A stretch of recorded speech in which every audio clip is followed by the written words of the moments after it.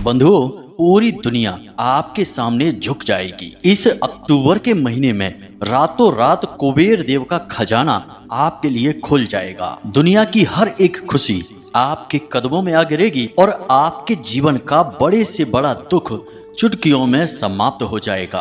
भिखारी को भी राजा बनाने की शक्ति है इस एक चीज के अंदर। बंधुओं, आप बेहद भाग्यशाली हैं। माँ भद्रकाली की आपके ऊपर पूरी कृपा हो चुकी है, तभी आज आप इस कार्यक्रम को समय रहते देख रहे हैं, क्योंकि माता रानी स्वयं इस कार्यक्रम के माध्यम से आपके जीवन में महापरिवर्तन, महाबदलाव लाना चाहती हैं। तो इस कार्यक्रम को अंत तक अवश्य देखना। तो जयकारा बोलो माता रानी का, जगत माई महामाई माँ भद्रकाली की जय बोलो। वृषभ राशि वाले बंधुओं, आप सभी का बहुत बहुत स्वागत करते हैं शिवप्रिया भिंड यूट्यूब चैनल में।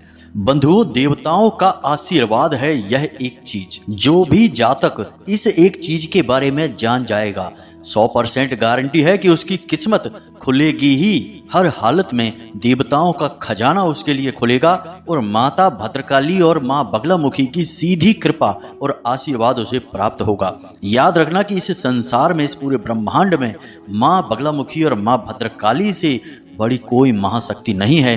माँ भद्रकाली एक ऐसी शक्ति, ऐसी महामाई है जिनके बिना तो स्वयं शिव भी सबके समान है। तो जब इतनी प्रचंड शक्ति और ऊर्जा आपके साथ 24 घंटे रहेगी, तो क्यों नहीं आपके जीवन से हर नकारात्मक और हर बुरी परिस्थिति दूर भाग जाएगी। क्यों आपके जीवन का उद्धार नहीं होगा। बंधुओं, याद रखना कि यह कार्यक्रम हम अपने जीवन भर के अनुभव से तैयार कर रहे हैं, और जो बातें हम आपको इस कार्यक्रम के माध्यम से बताने जा रहे हैं वे हजारों सैकड़ों लोगों पर आजमाई हुई हैं।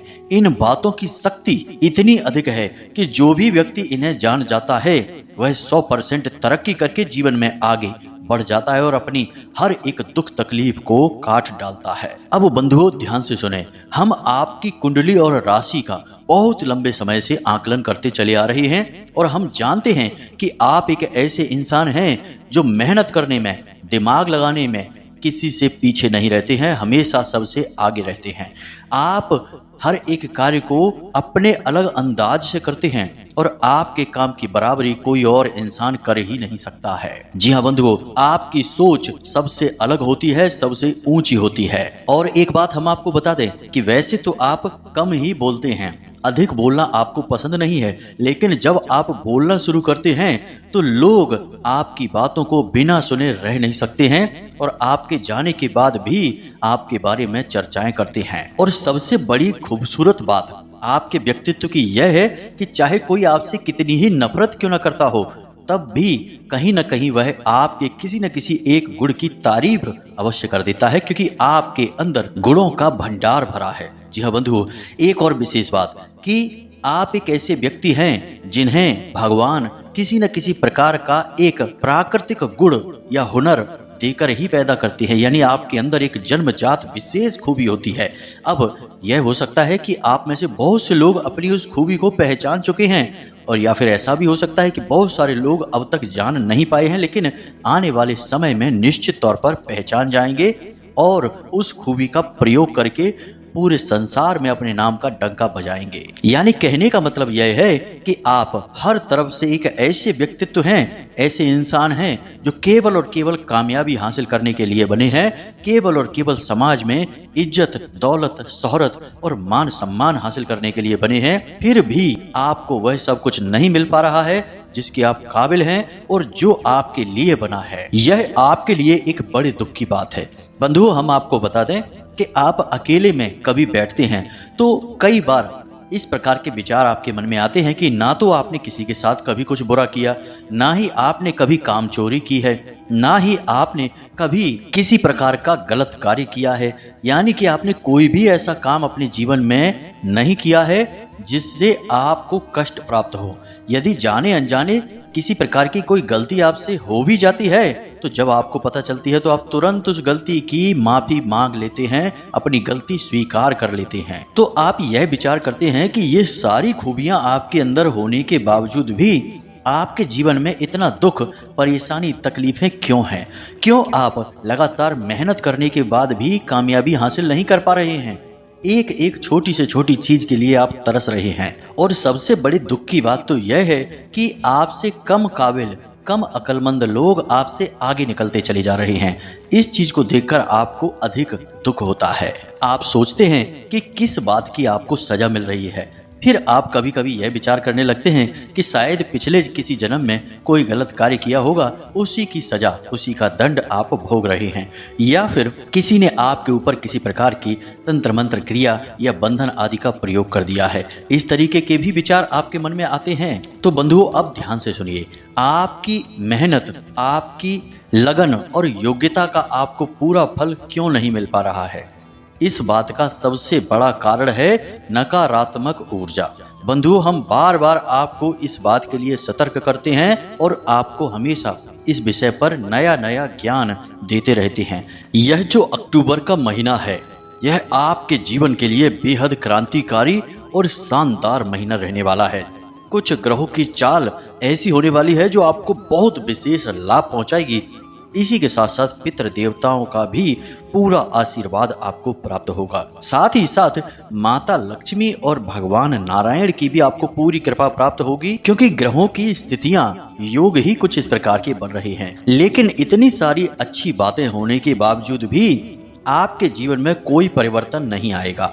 सब कुछ शुभ है, सौभाग्य के दरवाजे खुलने के लिए तैयार बैठे हैं और भगवान आपके जीवन में बदलाव लाना चाहते हैं। माता रानी की पूरी कृपा आपके साथ है, तब भी आपके जीवन में कोई परिवर्तन नहीं आएगा। अब इसका कारण क्या है? इसका कारण है आपके आसपास एकत्रित हो चुकी भयंकर घोर नकारात्मक ऊर्जा। याद रखिए बंधुओं कि जब तक आपके आसपास घना कोहरा नकारात्मक ऊर्जा का रहेगा तो प्रकाश पूर्ण रूप से आप तक नहीं पहुंच पाएगा। पहली जरूरत है कि आपको इस नकारात्मक ऊर्जा के कोहरे को हटाना है, छांटना है, तभी किसी भी प्रकार की शुभ घड़ी, शुभ योग का आपको लाभ प्राप्त होगा। अब आप सोचेंगे कि आपके ही जीवन में ये नकारात्मक ऊर्जा क्यों है, अन्य लोगों के जीवन में क्यों नहीं है? तो बंधुओं, ध्यान से सुनिए कि आप एक ऐसे व्यक्ति हैं जो हमेशा अच्छाई के साथ जीते हैं, सच्चाई के साथ जीते हैं, किसी के साथ कोई गलत कार्य नहीं करते हैं। कहने का मतलब यह है कि चारित्रिक रूप से आप बिल्कुल उजले हैं, साफ हैं। तो जो साफ और उजले लोग होते हैं, समाज उनसे बहुत अधिक नफरत करता है, उनके अपने ही उनसे हमेशा जलते हैं, परेशान होते हैं। तो आप चाहे कैसी भी स्थिति में क्यों न रहें, आपके अपने ही, आपके आसपास के लोग ही आपकी चाल ढाल, वेशभूषा, बात करने के तरीके और जो थोड़ी बहुत मेहनत करके आप कामयाबी लेकर आते हैं अपने आसपास, अपने जीवन में, उससे इतना जलते हैं कि हर वक्त आपके लिए उल्टी सीधी बातें अपने मन से निकालते रहते हैं, जिससे नजर की नकारात्मक ऊर्जा आती है। कुछ लोग आपसे इतने जले भुने रहते हैं कि आपकी जरा सी मुस्कुराहट देखकर भी उनके सीने पर सांप लौटने लगते हैं। तो ऐसे लोग तो तंत्र मंत्र करने से भी पीछे नहीं हटते हैं। तो कहने का मतलब यह है कि आप इकलौते ऐसे व्यक्ति हैं, या यूं कहें कि आपकी राशि पूरे राशि चक्र में इकलौती ऐसी राशि है जिसके अपनों से ज्यादा अपनों में ही छुपे शत्रु होते हैं। जी हाँ बंधुओं, कोई आपके साथ बैठा है, हंस मुस्कुरा रहा है, प्रेम से आपसे बात कर रहा है, तो इसका सीधा मतलब यह नहीं है कि वह आपका अपना ही है। हो सकता है कि वह आपसे अंदर ही अंदर बहुत अधिक जलता हो, आपके लिए पता नहीं क्या क्या उल्टे सीधी योजनाएं बनाकर बैठा हो, लेकिन आप इन चीजों को भाप नहीं पाते हैं, क्योंकि आप एक सरल इंसान हैं।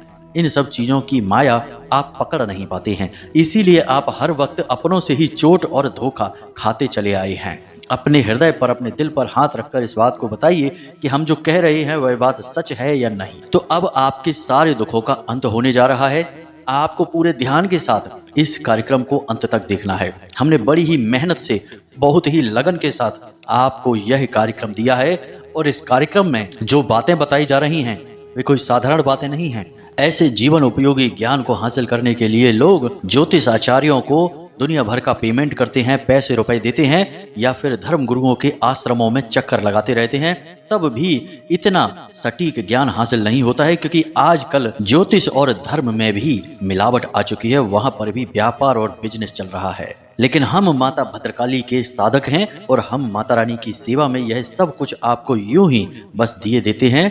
क्योंकि हम माता रानी को प्रसन्न करना चाहते हैं, उनकी खुशी चाहते हैं। तो बस आपसे यही चाहते हैं हम कि आप इस कार्यक्रम को अंत तक अवश्य देखें। तो चलिए बंधुओं, उम्मीद करते हैं कि आप हमारी भावनाओं को समझ रहे होंगे और कार्यक्रम में अंत तक अवश्य ठहरेंगे। तो आज के इस विशेष कार्यक्रम की शुरुआत करते हैं, लेकिन इससे पहले हम चाहेंगे कि आप माँ भद्रकाली को याद करते हुए कमेंट बॉक्स में उन्हें आभार अवश्य व्यक्त करें और एक बार नहीं 3 बार लिखें, जय माँ भद्रकाली कृपा करो। माता रानी की आपको पूरी कृपा प्राप्त होगी। इसी के साथ साथ बंधु, यदि आप इस चैनल कार्यक्रम पर पहली बार आए हैं तो आप इस चैनल को अभी सब्सक्राइब भी कर लें। बगल में जो सब्सक्राइब का बटन है उसे अभी दबा दें, क्योंकि हम आपके लिए धर्म, ज्योतिष और आध्यात्म से जुड़ा सबसे शुद्ध और आजमाया हुआ ठोस ज्ञान लेकर आते हैं, जो हमने अपने अनुभव से हासिल किया है और जो आपके जीवन को 100% गारंटी के साथ बदलने की क्षमता रखता है। तो चलिए जल्दी से चैनल को सब्सक्राइब करिए, फिर आगे बढ़ते हैं। तो बंधुओं, अब ध्यान से सुनिए।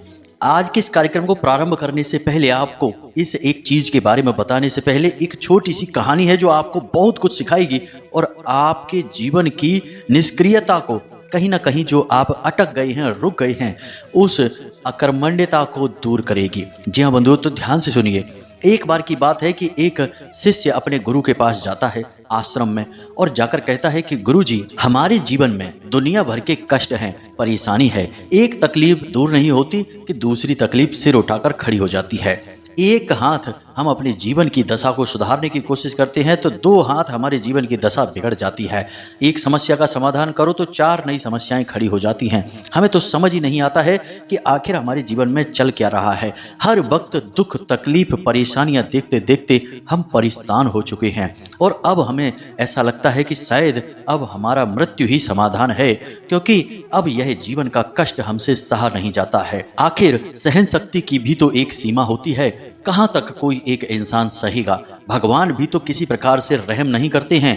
कितनी पूजा पाठ और साधनाएं कर ली, लेकिन भगवान प्रसन्न ही नहीं होते हैं, हमारी तकलीफें दूर ही नहीं करते हैं। अगर एक बार जीवन से दुख तकलीफें समाप्त हो जाएं, तब तो अपने जीवन में कुछ नया करने के बारे में सोचें। यदि इन कष्ट और परेशानियों से मुक्ति मिले, तब तो जीवन में आगे बढ़ने के बारे में सोचें। उसके गुरुजी ने, यानी कि उन संत महात्मा ने उसकी बात को बड़े ही ध्यान के साथ सुना और वे समझ गए कि इसकी परेशानी का समाधान क्या है। तो उन्होंने बड़े प्रेम से मुस्कुराते हुए उस इंसान को, अपने शिष्य को जवाब दिया कि पुत्र, तुम एक काम करो, कल सुबह मेरे पास आना, मैं तुम्हें तुम्हारी समस्या का समाधान दे दूंगा। उसके बाद फिर तुम्हारे जीवन में कभी कोई दुख तकलीफ नहीं रहेगा। वह शिष्य उनका, गुरुजी का, इस बात को सुनकर बहुत प्रसन्न हुआ। उसने कहा, ये तो बहुत बड़ी बात हो गई गुरुजी। मन ही मन उसने सोचा कि शायद गुरुजी के पास कोई बहुत बड़ी चमत्कारी शक्ति है जो गुरुजी हमें देना चाहते हैं, तभी तो सुबह के समय बुला रहे हैं। वह नहा धोकर स्नान आदि करके बड़े ही खुश मिजाज होकर हंसते मुस्कुराते गुरुजी के आश्रम में अगले दिन पहुंच गया। गुरुजी ने उससे कहा कि पुत्र, तुम्हें मेरे साथ चलना होगा। नदी के उस पार हम तुम्हें एक ऐसी चीज देंगे जिसे प्राप्त करके तुम्हारा जीवन बदल जाएगा। शिष्य ने कहा, ठीक है। वह गुरुजी के साथ चल दिया। अब दोनों नदी के किनारे पहुंच जाते हैं। नदी के किनारे पहुंचकर गुरुजी रुक जाते हैं, शिष्य भी रुक जाता है। अब गुरुजी वहां खड़े रहते हैं, काफी देर खड़े रहते हैं। 1 घंटा, 2 घंटा, 4 घंटा, 6 घंटा, पूरा दिन निकल जाता है।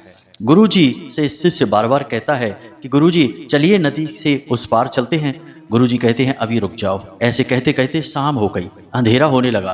अब शिष्य का सब्र टूटने लगा। शिष्य कहने लगा कि गुरुजी, अब तो अंधेरा होने लगा, अब तो कम से कम चलिए, सुबह से शाम हो गई, रात हो गई, अब नहीं जाएंगे तो कब जाएंगे? गुरुजी कहते हैं, पुत्र, तुम्हें समझ में नहीं आ रहा है, यह कितनी बड़ी नदी है, कितनी विशाल इसकी धारा है, इसमें तो हम बह जाएंगे। हम तो इंतजार कर रहे हैं कि यह नदी पूरी बह जाए, तब हम यहाँ से उस पार जाएंगे। शिष्य गुरुजी की इस बात को सुनकर हंसने लगा। वह बोला, गुरुजी, ये आप कैसी बातें कर रहे हैं? नदी पूरी बह जाए? कभी नदी पूरी बहती है क्या? नदी तो हमेशा इसी तरह बहती रहेगी और इसके पूरे बहने के इंतजार में तो हमारी ना जाने कितनी पीढ़ियां, कितने जन्म गुजर जाएंगे, तब कहीं जाकर यह नदी सूखेगी और पता नहीं कब सूखेगी। तो हम कैसे इस नदी के पूरे बहने के इंतजार में यहाँ बैठे रहेंगे? यह तो बड़ी अजीब बात है। तो गुरुजी उस शिष्य से मुस्कुराए, उसकी तरफ देखे और बोले कि यही तो हम तुम्हें समझाना चाहते हैं कि जीवन तो लगातार चलता ही रहता है, अड़चने और परेशानियां इस नदी के समान तुम्हारे सामने आती ही रहती हैं, लेकिन तुम्हें उनसे लड़ना होगा, आगे बढ़ना होगा। यदि मन चाही जगह पर पहुंचना चाहते हो जीवन में, तो तुम्हें ऐसी ना जाने कितनी नदियों को पार करना होगा, और नदियों को पार करने के लिए तुम्हें कठोर परिश्रम और प्रयास करने होंगे। यह इंतजार मत करो कि जीवन से सारे कष्ट समाप्त हो जाएं, तब हम नदी पार करेंगे, यानी कि कुछ करने के बारे में सोचेंगे, क्योंकि कष्ट जीवन से कभी समाप्त नहीं होते हैं। असल में जीवन में कष्ट नहीं है, कष्ट में ही जीवन है, इसे याद रखना है। शिष्य को सारी बात समझ में आ गई और वह बहुत शर्मिंदा भी हुआ। बाद में उसने मेहनत और लगन से तरह तरह के अलग अलग प्रयास करते हुए सफलता हासिल की और कामयाब इंसान बन गया। यह कहानी सुनाने का आपको हमारा मकसद यह है कि हम जो बातें आपको बताते हैं वे कोई साधारण बातें नहीं हैं। यदि आप उन बातों को अपने जीवन में अमल में लाएंगे, तब ही जीवन में बदलाव होंगे, परिवर्तन आएंगे, अन्यथा कुछ भी नहीं होगा। बस हाथ पर हाथ धरे बैठे रहिए और मुसीबतों का रोना रोते रहिए। प्रयास तो आप खूब कर रहे हैं, जीवन को सरल बनाने के लिए खूब लड़ रहे हैं, तरक्की प्राप्त करने के लिए मेहनत कर रहे हैं, लेकिन उतने प्रयासों से काम नहीं चल पा रहा है। उससे तो केवल जीवन चल रहा है, लेकिन जीवन में सुख हासिल नहीं हो पा रहे हैं, यानी कि कहीं और किसी प्रकार की कमी है। तो उस कमी को हम बताते हैं आपको कि नकारात्मक ऊर्जा है जो आपको परेशान कर रही है। अब आपको उस कमी को भी दूर करना होगा, यही आपका धर्म है। गुरु जब कोई प्रयास बताते हैं, शिष्य को करने के लिए कहते हैं, तो शिष्य का धर्म है कि उस प्रयास को किया जाए। यही गुरु का काम होता है, अंधेरे से उजाले की ओर लेकर जाना और शिष्य का मार्गदर्शन करना। गुरु शिष्य परंपरा के अंतर्गत हम आपको विशिष्ट ज्ञान देने की कोशिश करते हैं, लेकिन कुछ मूर्ख इन बातों को भी गंभीरता से नहीं लेते। सोचते हैं कि कोई चमत्कार होगा, तभी रातों रात कोई बड़ा खजाना खुल जाएगा, लेकिन ऐसा कभी होने वाला नहीं है। अब एक बात और हम आपको बता दें कि हमारा हिंदू धर्म, सनातनी परंपरा बहुत उन्नत है। असल में हमारे जो ऋषि मुनि हुआ करते थे, वे वैज्ञानिक से कम नहीं थे। उन्होंने ऊर्जाओं को बहुत अच्छी तरीके से समझा था, इसीलिए उन्होंने ऊर्जाओं को अलग अलग नाम दे दिए। कोई भोले बाबा की ऊर्जा है, कोई हनुमान जी की ऊर्जा है, और किसी ऊर्जा को नाम शक्ति का दे दिया, किसी को माता काली और किसी को माँ बगलामुखी। अब इससे सुविधा यह हो जाती है कि जिस इंसान के जीवन में जिस प्रकार की तकलीफें हैं, वह उस विशेष प्रकार की ऊर्जा की साधना करता है, उससे जुड़ी चीजों को धारण करता है और उसको उसी समस्या से मुक्ति प्राप्त हो जाती है। यह बहुत जरूरी है जानना।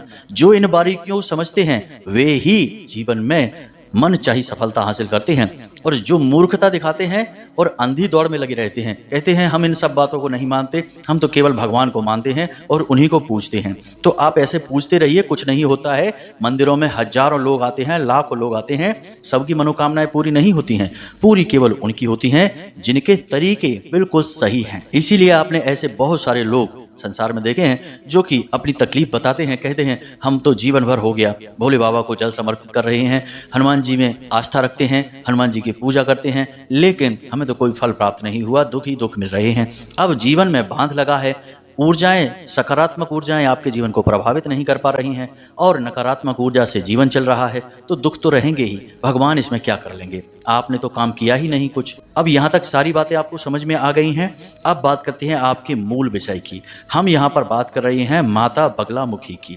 माँ बगलामुखी एक ऐसी दिव्य शक्ति है जो माता शक्ति का शुद्ध स्वरूप है और उनकी 10 महाविद्याओं में से 8वीं महाविद्या है। माता बगलामुखी का विशेष तौर पर पूजन इसीलिए किया जाता है कि जब लोगों को तकलीफों से मुक्ति चाहिए, यानी कि एक के बाद एक परेशानियां जीवन में हैं, हर काम में रुकावट है, पैसे की आवक नहीं है, कर्जे से परेशान है, कोई भी तकलीफ है, सब तकलीफों का कारण नकारात्मक ऊर्जा है और इस नकारात्मक ऊर्जा की सबसे बड़ी काट है माता बगलामुखी। हर प्रकार के बंधन को काटने की शक्ति है माता बगलामुखी। तो माता बगलामुखी की साधना आपको करनी ही होगी। अब कैसे करेंगे आप यह, तो इसे आप ध्यान से समझिए। आपको बाजार से माता बगलामुखी की एक छोटी सी तस्वीर, कोई फोटो अपने घर लेकर आनी है। इसी के साथ साथ आपको एक भोजपत्र, एक कागज आता है, एक अष्टगंध की स्याही और एक अनार की कलम, यह सामग्री लेकर आनी है। शनिवार के दिन आप इस क्रिया को प्रारंभ करेंगे। आपके घर में यदि माता बगलामुखी की तस्वीर या फोटो है और उसका पूजन होता है नित्य, तो आप फोटो को ना लेकर आएं, इस सामग्री को अकेला लेकर आएं। लेकिन इसमें भी समस्या यह है कि आपके घर में माता बगलामुखी की पूजा तो होती है, लेकिन क्या माता रानी आपके घर में रहती भी हैं, इसको जानना आवश्यक है। क्योंकि कई बार ऐसा होता है कि देवी देवता किसी गलती की वजह से हमारे घर को छोड़कर चले जाते हैं, फिर उनकी केवल फोटो या मूर्ति रखी रह जाती है और हम निरंतर उनकी पूजा करते हैं और हमें लगता है कि वे हमारा कार्य सिद्ध कर रही हैं, लेकिन कुछ भी नहीं होता है। बंधुओं, ये सारी बातें बिल्कुल सत्य हैं। आप अपने जीवन में इनका आकलन करके देखना। हमने तो अपनी साधना के माध्यम से इन सब बातों को समझा है और यह हमारे जीवन का अनुभव है, तभी हम आपको बता रहे हैं। अब आपके जीवन में माता बगलामुखी हैं या उनकी कृपा है, इससे जानने का क्या तरीका है, हम अभी आपको आगे बताने वाले हैं। आप माता की फोटो लेकर आइए, शनिवार के दिन लेकर आइए। उसके बाद आप पीले रंग का प्रसाद, पीले रंग के फूल और पीले रंग के वस्त्र स्वयं धारण करने के लिए, यदि नहीं है तो केवल पीले रंग का कोई एक कपड़ा जिसे आप ओढ़कर बैठेंगे पूजा के समय। हल्दी की माला आपको चाहिए जो आप जाप करेंगे मंत्र, उसके लिए। दूसरा, गाय का घी। गाय का घी नहीं है तो सरसों का तेल भी चलेगा। जी हाँ बंधुओं, अब यहाँ तक आप समझ गए। अब आपको क्या करना है, रात्रि को 9 बजे के आसपास आपको माता की फोटो अपने पूजा घर में स्थापित करनी है और माता रानी को जल समर्पित करना है, उसके बाद पुष्प समर्पित करना है और उसके बाद पीले रंग का प्रसाद है भोग स्वरूप उन्हें अर्पित करना है। फिर उसके बाद आप धूप दीप वगैरह जो भी चाहे सारी क्रियाएं कर सकते हैं, क्रमबद्ध तरीके से सब कुछ करिए। और उसके बाद आप जो भोजपत्र लेकर आए हैं उस भोजपत्र पर 3 बार या फिर 6 बार, 3 बार आगे की तरफ और 3 बार पीछे की तरफ अष्टगंध की स्याही से, अनार की कलम से माता बगलामुखी का यह स्तंभन मंत्र है, इसे लिख लीजिए। अब यह मंत्र कौन सा है, मोबाइल की स्क्रीन पर भी आपको दिखाई देगा और हम आपको बोलकर भी बता देते हैं। मंत्र कुछ इस प्रकार है, ओम ह्लीम बगलामुखी सर्वदुष्टानां वाचम मुखम पदम स्तंभय जीभाम कीलय बुद्धिम विनाशाय ह्लीम ओम स्वाहा। मंत्र एक बार फिर से सुनिए ध्यान से। ओम ह्लीम बगलामुखी सर्वदुष्टानां वाचम मुखम पदम स्तंभय जीभाम कीलय बुद्धिम विनाशाय ह्लीम ओम स्वाहा। इस मंत्र को आपको उस भोजपत्र पर लिखना है, 3 बार आगे और 3 बार पीछे, छोटे छोटे अक्षरों में लिखना है। उसके बाद आपको यह भोजपत्र का टुकड़ा माता रानी को समर्पित कर देना है, यानी उनके चरणों में रख देना है। अब आपको इसी मंत्र का एक माला जाप करना है और जाप आप हल्दी की माला से ही करेंगे और गोमुखी में छुपा कर, यानी एक जो थैली टाइप की होती है उसके अंदर छुपा कर करेंगे, दिखाएंगे नहीं। इस जाप को करते समय आपके सिर पर कपड़ा होना बहुत अधिक आवश्यक है। पवित्रता का विशेष ख्याल रखें और यह क्रिया रात्रि के समय ही होती है, दिन में नहीं होती है। अब यह क्रिया आप 3 दिन तक लगातार करेंगे और 3 दिन तक लगातार यह भोजपत्र माता रानी के चरणों में रहेगा। इसके बाद आप 3 दिन के बाद रात्रि में जब आप सोने जाएं, उस समय इस भोजपत्र के टुकड़े को उठा लें। यह क्रिया आपकी लगातार 11 दिनों तक चलेगी। तो 3 दिन के बाद आप इस भोजपत्र को उठाएं और रात्रि को सोते समय इसे अपनी तकिए के नीचे रख कर सोएं और माता रानी से ऐसी प्रार्थना करें कि हे माता रानी, हम आपकी साधना कर रहे हैं और हम चाहते हैं कि आप हमारे जीवन में जितनी भी नकारात्मकता हैं उसे काट दें और अपने किसी न किसी आंशिक रूप में किसी भी प्रकार से हमें दर्शन दें या अपने आसपास होने का हमें एहसास कराएं स्वप्न के माध्यम से। इस तरीके की आप प्रार्थना करेंगे और इस भोजपत्र के टुकड़े को अपने सिरहाने रखकर सोएंगे। हो सकता है पहली रात्रि में कुछ भी ना हो, दूसरी रात्रि में कुछ ना हो, लेकिन आप प्रतिदिन यही करेंगे। सुबह जब आप सोकर जागेंगे तो स्नान आदि करने के बाद इस भोजपत्र के टुकड़े को पुनः माता रानी के चरणों में रख देंगे। रात्रि में आप माता रानी की पूजा पाठ करेंगे और उसके बाद इस भोजपत्र के टुकड़े को फिर से अपनी तकिए के नीचे रखेंगे। याद रखें कि पूजा करने के तुरंत बाद आपको सीधे जाकर सोना है, मोबाइल नहीं चलाना है, किसी से बात नहीं करनी है, कोई भी बिना मतलब के विचार अपने दिमाग में लेकर नहीं आने हैं। केवल माता रानी की तस्वीर को, उनके स्वरूप का ही ख्याल करते रहना है, उनके बारे में सोचते रहना है और रात्रि को सोते समय यही प्रार्थना फिर से करनी है और सो जाना है। 3 या 4 दिन के अंदर माता रानी आपको किसी न किसी रूप में जरूर एहसास कराएंगी। या तो स्वयं उनके दिव्य स्वरूप का दर्शन होगा या फिर आंशिक दर्शन हो सकता है किसी भी प्रकार से। मंदिर का आपको किसी प्रकार का दर्शन हो सकता है, मंदिर का शिखर आपको दिखेगा, प्रांगण आपको दिखेगा, कुछ न कुछ ऐसा लगेगा जिससे आपको पता चल जाएगा कि माता रानी की शक्ति अब आपके आसपास आ चुकी है। 11 दिन तक प्रतिदिन यह क्रिया आप करेंगे, बीच में बिल्कुल भी इस क्रिया को खंडित नहीं होने देना है। और दूसरी बात कि यह मंत्र सिद्ध मंत्र है, हमने बहुत मेहनत की है इस मंत्र के ऊपर, तो आप इस मंत्र का सम्मान करें। इसे यूं ही किसी को ना दें, किसी को इसके बारे में ना बताएं, इसकी गुप्त स्थिति को बनाकर रखें, प्रचार ना करें इस क्रिया के बारे में। और यदि आपसे यह साधना नहीं होती है तो कोई बात नहीं है, परंतु इस साधना को भूल कर भी खंडित ना होने दें। खंडित हो जाएगी साधना तो आपके साथ साथ हमें भी माता रानी का क्रोध सहना पड़ सकता है, माता रानी हमसे नाराज हो सकती हैं और हम नहीं चाहते कि हमारी साधना खंडित हो, किसी भी प्रकार से हमें परेशानी आए। हम तो केवल आपकी दुख तकलीफ और परेशानियों को देखते हुए यह विशेष साधना आपको दे रहे हैं। तो जरा इन सब बातों का यानी कि विषय की गंभीरता को अवश्य समझ लेना, अगर आप संभाल सकें तो ही इसे करना। अब जब 11 दिन में आपको पूर्ण रूप से माता रानी का आभास हो जाएगा, उनका आपके आसपास होना आपको खुद महसूस होगा, तब 11 दिन के बाद आप इस भोजपत्र के कागज को प्रतिदिन अपनी जेब में रखकर घर से बाहर निकलें। इसे यूं ही जेब में न रखें, कोई पीले रंग का एक और कागज लें और उस कागज में इसे फोल्ड करके रखें और उसके बाद इसे अपनी जेब में रखें और जब वापस आए तो फिर से माता रानी के चरणों में रख दें।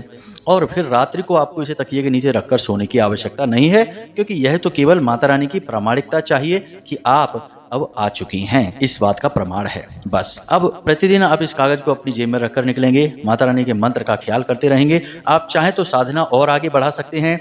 माता बगलामुखी की साधना 11 दिन की होती है, 36 दिन की होती है, 63 दिन की होती है, 93 दिन की होती है, जितने दिन चाहे आप कर सकते हैं। 96 दिन की होती है, जैसे चाहे आप कर सकते हैं, आपके ऊपर है।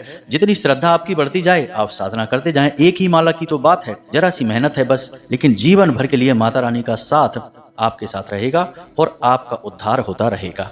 हजारों लोग ऐसे हैं जो माता रानी की साधना हमारे कहने से किए और उनके जीवन में ऐसे विचित्र और अनोखे अनुभव उन्हें हुए कि वे माता रानी को लाख लाख धन्यवाद देते हैं और हमारा भी आभार मानते हैं, क्योंकि कहीं ना कहीं थोड़ा बहुत गुरु शिष्य परंपरा का आभार तो रहता ही रहता है। ठीक है बंधु, अब जो ज्ञान की बात हमने देनी थी आपको दे दी है, साधना देनी थी हमने आपको दे दी है। अब इस साधना से जुड़े कोई प्रश्न आपके मन में हो, कोई भी किसी भी प्रकार का विचार हो, आप हमसे कमेंट करके पूछें या फिर व्हाट्सएप नंबर जो डिस्क्रिप्शन में दिया है उस नंबर पर मैसेज करके पूछ सकते हैं।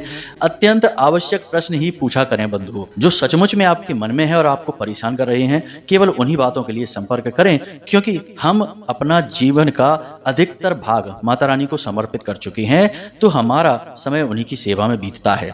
जब भी समय मिलता है तभी हम आपके प्रश्न देख पाएंगे, अन्यथा बीच में हम नहीं देख सकते हैं। इसके लिए क्षमा चाहेंगे, क्योंकि हमारे लिए माता रानी ही सबसे बढ़कर हैं और कुछ भी नहीं। बंधु, उम्मीद करते हैं कि आप हमारी भावनाएं समझ रहे होंगे और हम किस प्रकार से माता रानी की सेवा कर रहे हैं आपकी सहायता करके, यह भी आप समझ रहे होंगे। तो चलिए बंधु, आज के इस विशेष कार्यक्रम को यहीं पर समाप्त करते हैं और उम्मीद करते हैं कि आपको सारी बातें समझ में आ गई होंगी। अब आप स्वयं अपने जीवन को अपने हाथों से बदल डालेंगे। तो बस हमारा आपसे यही कहना है, हमेशा सकारात्मक रहिए, माता रानी में अपनी आस्था बनाए रखिए, हंसते रहिए, मुस्कुराते रहिए, जीवन का आनंद लेते रहिए और दिन में एक बार मंदिर अवश्य जाइए। मिलते हैं अगले विशेष कार्यक्रम में, तब तक के लिए धन्यवाद। प्रेम से बोलिए जय माई की, जय माँ भद्रकाली, जय माँ बगलामुखी। माता रानी आपका कल्याण करेंगी। धन्यवाद।